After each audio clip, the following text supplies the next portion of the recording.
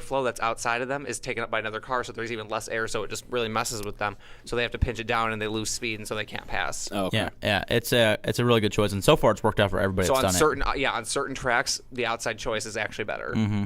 Yeah, and I would say next week at the road course, they will choose the inside. Oh yeah, because there's no banking on those turns. There's like hardly any banking, I should say, on those turns. I'm very excited for this weekend's race. Which is funny because you're like, oh yeah, road courses. I'm like, it's not gonna be that great of racing. And I'm like, Michigan, all right. I think we talked a couple weeks ago on one of our audio-only ones about how different we are with some of the tracks with our choices. Yeah. Now we were talking. We hadn't even really touched on the end of the race, which was that happens a lot. Which was Jimmy Johnson passes Greg Biffle with like 5 to go. Coming to the white flag, he runs out of gas. Biffle passes him, so Biffle has like clear track ahead of him.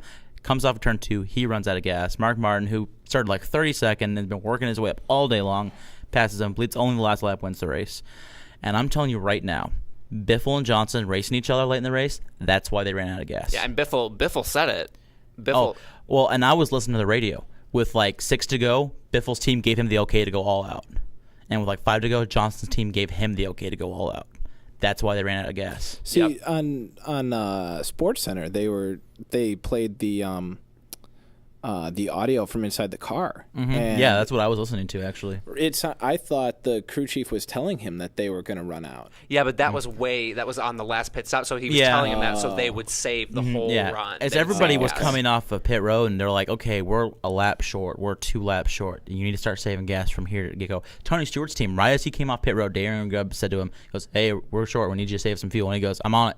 Right away, Stewart was like, I'm going to start saving gas on the caution laps right here, Because actually, what a lot of people don't get is, and it actually is a skill that I believe it's definitely a skill. You can actually save, if you know you have 40 laps, the entire 40-lap run where you need to save, you can actually save quite a bit. Yeah. Yeah. Mm-hmm. Yeah, that's absolutely true. And it's because those two are racing each other so hard, because Johnson actually, I think, was saving for a while there, because he ran third like a second, like 1.8 seconds behind Biffle for a good, or actually no, it was like 2.1 seconds behind Biffle. Yeah. Oh yeah. For like 20 to 25 laps before he finally was like, I'm gonna pass Martin and I'm gonna start running after Biffle. I 100% agree with you.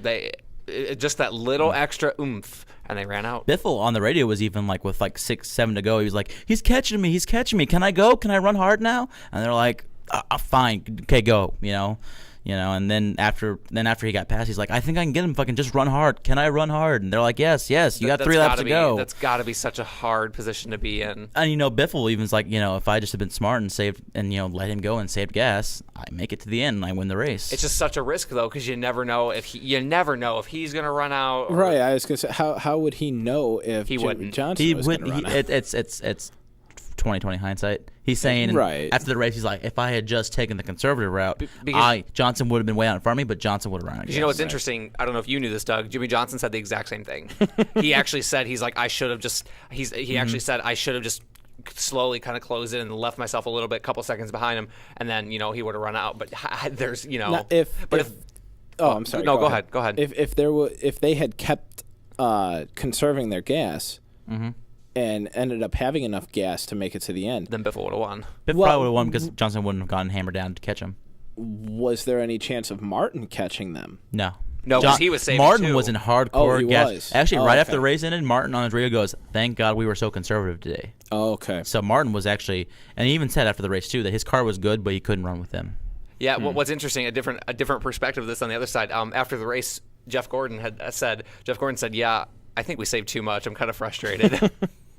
But hey, he got Jeff Gordon, once again in hindsight, thought he might have had a chance at Martin. But Gordon ran 8th all day and finished 2nd. So, he wins. So to speak. Good day for him. Who was it that finished 3rd? I remember it being somebody I was like, wow, they saved gas and ended up getting up there. Edwards got 4th, didn't he? Yeah, Edwards was. I saw Hamlin got 3rd. Oh yeah. Hamlin, Edwards, Biffle ended up finishing 5th. From what I saw, at least in the for a majority of the race, Montoya had a decent run. Montoya was a top 10 car for sure, especially late in the race. He was racing Gordon really hard too. Was Tony? Tony was about there, about 5th or 6th. So all about day. Where he finished then. Yeah, I don't know how he ended up finishing 7th. He was fading at the end though. Boyer, Vickers, they were outside the top 10 all day. Kurt Busch here and there. I'm trying to Kyle think. Busch did not. Kyle Busch had did not very have average. a good. He was running. He from what I he saw, raced Junior a lot. right from about the start of the race, he slid back and was about where he finished. Right. Yeah, he was. In fact, one of the running gags all day was me and Courtney were at each other's throats because Who's going to finish higher? Kyle Busch and Junior were running hard next to each other. You know, while we're on that, I know he's got 3 wins this year, but I was looking at the point standings last night, kind of reflecting. Kyle Busch is, he's got his 3 wins, but he's only got like 5 top 10s. He's actually not, surprisingly, I mean, with some of the races, he's had bad luck, but there's been a couple of races in a row like this. What I say to that is I think Kyle's got his eye on the chase this year. He's not worried about what he's doing right now. He needs to worry. He's like 9th in points. So he'll make the chase. He will. He's fine. Don't worry. Do not worry about him. No. He will make the chase. I wish I could be worried about him. No, he will make the chase. He's waiting. He's waiting to make his move. The fact that he's won 3 races already is more or less a surprise by the fact that he's been chilling. I can't believe Mark Martin's won 3 races. That's amazing. Yeah, to me. and Martin's won 3 races and he's like 9th in points right now after. He moved up. He's up to 8th. Yeah, he moved up like 4 spots after that one. 5. Sorry, he moved up 5. I'm sorry. Whatever. Who cares? Is it the top 12 go to the chase? No? Yeah, top 12. Yeah, good for him. It was a very interesting finish, and I wonder what Mark Martin. It's just so funny, like when he saw Biffle running out. Oh, what's hilarious. I don't know if you knew this because you obviously were there. When Johnson ran out and Biffle passed him, the announcers in the television broadcast were like, "Oh man, Biffle! I can't believe he's gonna win." And then one of the other, like, he's the new Silver Fox. And then one of the other announcers, I think it was Kyle Petty, that then said, "Well, wait a minute, there's still a lap to go." They jinxed him. They jinxed him.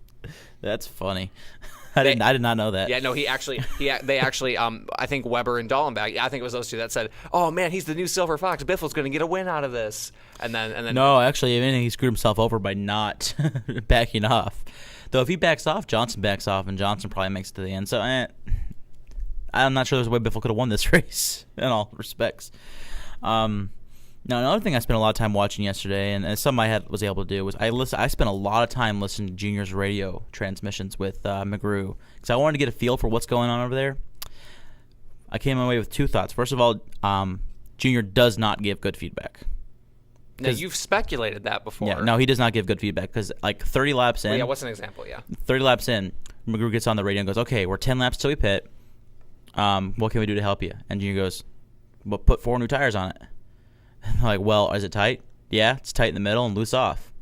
And he goes, I'm okay with the way it is now. I'm not sure we should touch it, I think, and that brings me to my second point. I think Junior has a complete lack of confidence in his cars, and he's scared. He's had so many times where he started out a race good and lost the car that he's scared to make any changes to it. That's the 2 observations I came away with. Wow, that's very interesting. Like, I'm very intrigued right now. Mm-hmm. That's a very unique perspective. And every time they talked, they were like, he's trying to describe it, but he's just like, I don't know. And also, there were 2 times he went off on his crew.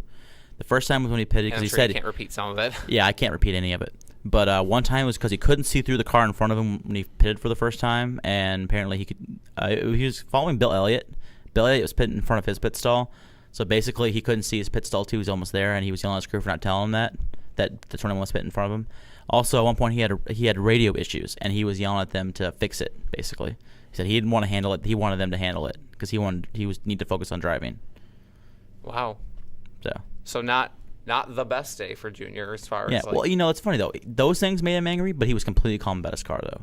Completely calm about everything else that's happening on the track. It was just those things really agitated him for whatever reason. Huh. Well, it seems. I mean. The whole thing is, the team needs to learn, the team needs to grow. Hopefully McGrew can, shake things up and change things. But at the same time, I think maybe Junior needs to work on trying to give us, better feedback. And I'm sure McGrew and him are talking about that. Yeah, I think they're all like, together trying to figure it out and all that. Oh, that's really cool. You can sort it by a stat? Oh, yeah, that's the thing though. Like right now, look at this. If Chase starts today, Kyle Busch and Mark Martin are your tied for the lead. Yeah, that's why Busch is all right. Because even though he's not high up in points, when the chase comes around, he's got those 3 wins, and that's important. Yep. As opposed to, let's see here, you got, this doesn't do me any good because it's no longer. Anyway, I had sorted by wins, and the highest driver it list says not winning a race was Hornish. But like, look at Jimmy Johnson, or not Jimmy Johnson. I'm looking at polls. It would be Carl Edwards. Newman. Newman, 5th in points. Who, by the way, did not run like well 7th. yesterday. No, he didn't. Just a You, poor just, run. you can't be